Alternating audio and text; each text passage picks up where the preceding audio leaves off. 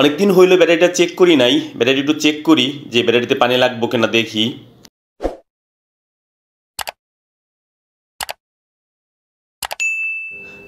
ও, পানির লেভেলটা কমে গেছে, পানি দিতে হবে। এই হচ্ছে ব্যাটারির পানি, এখান থেকে এই ব্যাটারির জন্য পানি নিতে হবে।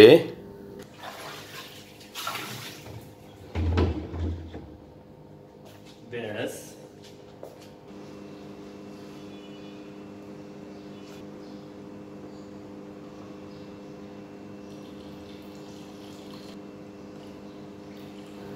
লোকটা বোকা নাকি? কিভাবে ব্যাটারিতে পানি দিচ্ছে? এত ভোরে ভোরে কি কেউ ব্যাটারিতে পানি দেয়?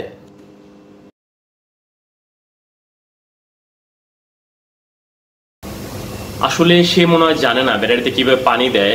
আমার টেকনিশিয়ান হিসাবে তাকে জানাই তো একটু উচিত। যাই হোক, তার সাথে আমি একটু কথা বলি, দেখি কি বলে। ওকে,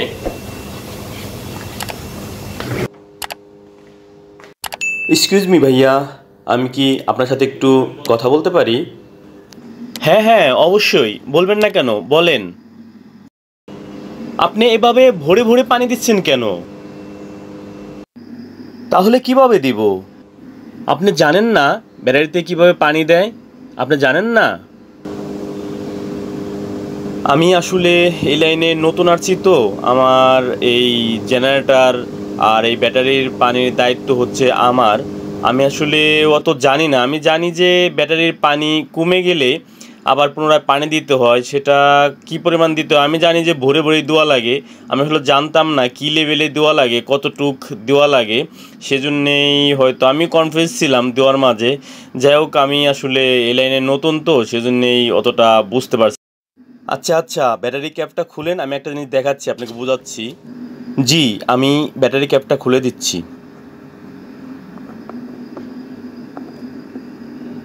ওকে, আচ্ছা দেখেন, এই যে এখানে যে একটা ব্যাটারির ভিতরে ফাঁকা আছে, ভিতরের যে অ্যাসিড পানির সাথে একটা ফাঁকা আছে, এই ফাঁকা দিয়ে কিন্তু কি হয়, এটার ভিতরে যখন পানি দেওয়া হয় তখন কিন্তু বুদবুদ উঠে। দেখেন, এই ফাঁকার সাথে এই যে ক্যাপের দুই সাইডেও ফাঁকা রাখছে, দেখছেন?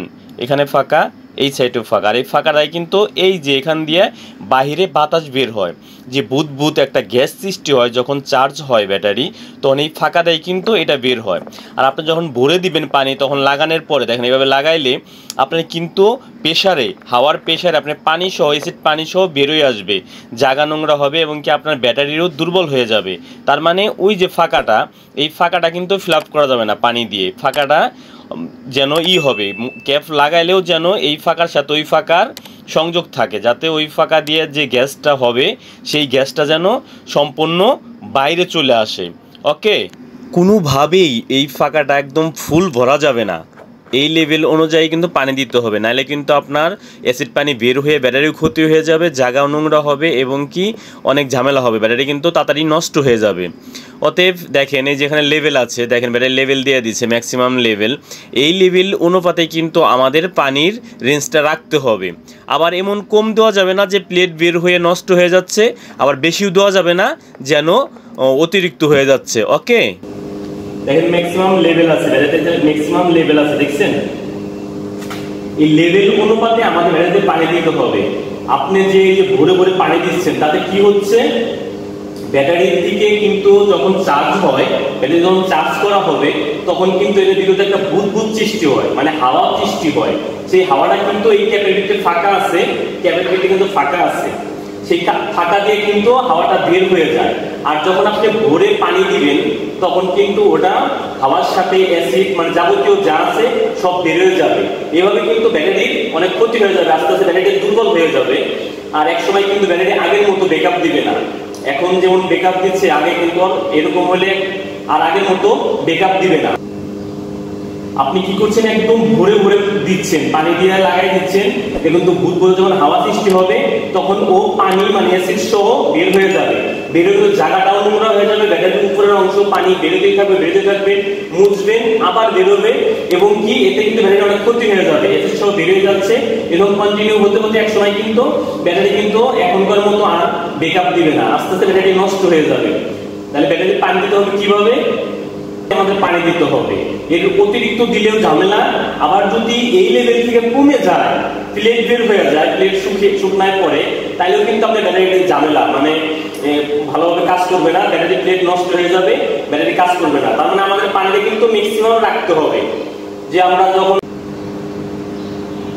আসলে তো আমি এই লাইনের নতুন আইছি, আমি নতুন চাকরি নিয়েছি, তো আমি আসলে আমার এই জায়গার ব্যাটারির দায়িত্ব তো আমার। আসলে আমি জানি যে শুধু ব্যাটারির পানি কমে গেলে, কিছুদিন পর পর কমে যায়, আর কমে গেলে সেটা দিতে হয়। আমি আসলে জানতাম না, আমিও তো আমার ভিতরে হয়তো নলেজ ছিল এটা ভরেই দিতে হবে। আমার আসলে আমি জানতাম না যে এটা একটা লেভেল আছে, লেভেলের অতিরিক্ত দিলে আমার ব্যাটারিটা ক্ষতি হয়ে যাবে।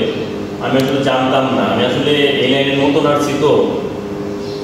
থ্যাংক ইউ ভাইয়া, আসলে আমাকে অনেক একটা মূল্যবান জিনিস শিখাইলেন। আসলে কাজ করতে করতে মানুষ এক্সপিরিয়েন্স হয়, এটাই স্বাভাবিক। আমি আসলে জানতাম না ব্যাটারির পানি, আমি জানি শুধু ব্যাটারির পানিটা কমে গেলে দিতে হয়, কিন্তু কি পরিমাণ দিতে হয়, কতটুকু দিতে হবে, কোন লেভেলে রাখতে হবে, এটা আমি কিছুই জানতাম না আসলে। যাক, আপনি অনেক ভালো একটা জিনিস শিখাইলেন। এখন থেকে আমি আসলে এই লেভেল মেনটেন করে আমি আসলে ব্যাটারিতে পানি দিব। থ্যাংক ইউ ভাইয়া, থ্যাংক ইউ সো মাচ। অনেক সুন্দর একটা জিনিস আপনি আমাকে শিখাইলেন। প্রথমে তো আপনার কথা শুনে আমি অনেক রাগ করছিলাম যে আপনি আবার কে, আমাকে কি জ্ঞান দিতে আসছেন। আসলে মানুষের জানা না জানা অনেক কিছু জানে, আমি যেটা জানতেছি সেটা আমার ভুল হতেও পারে। ওকে।